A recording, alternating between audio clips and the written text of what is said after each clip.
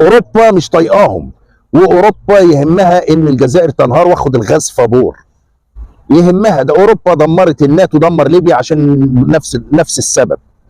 هم ما عندهمش مشكله انهم يدمروا اي بلد في لحظات، ما فيش مشكله. فالجزائر في حيث بيس، سيبك من الايران والتحالف مع ايران والتحالف مع تركيا والتحالف مع روسيا، ده حلف لا يودي لا يجيب، مفاد حد، مفاد سوريا، مفاد اي حد، المتغطي بيه عريان. ولذلك دلوقتي النظام الجزائري في حيث بيس، خاصة أنه يزداد عداوة مع الآخر، مع إسبانيا، مع فرنسا، مع أوروبا عموما.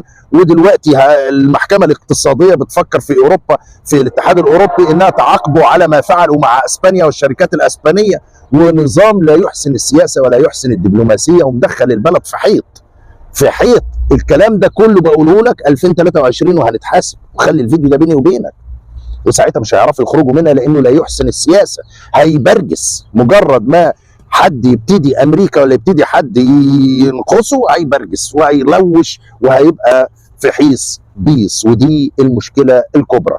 واذا حصل ده واتحاصر واتعاقب عشان البوليزاريو، هيضحي بيهم وهيدكهم في لحظه، لان ما عندوش حاجه يقدر يعملها.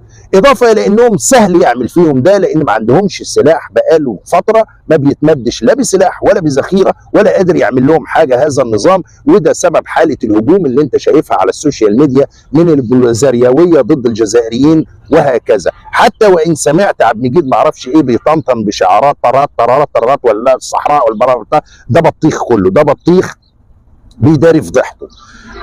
القصه انتهت، والبوليزاريو في خبر كان.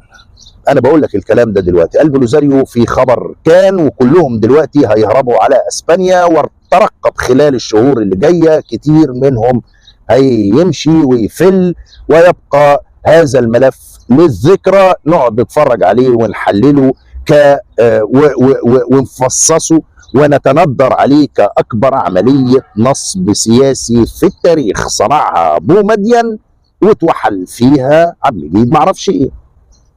دي الحكاية. اشوفكم على خير.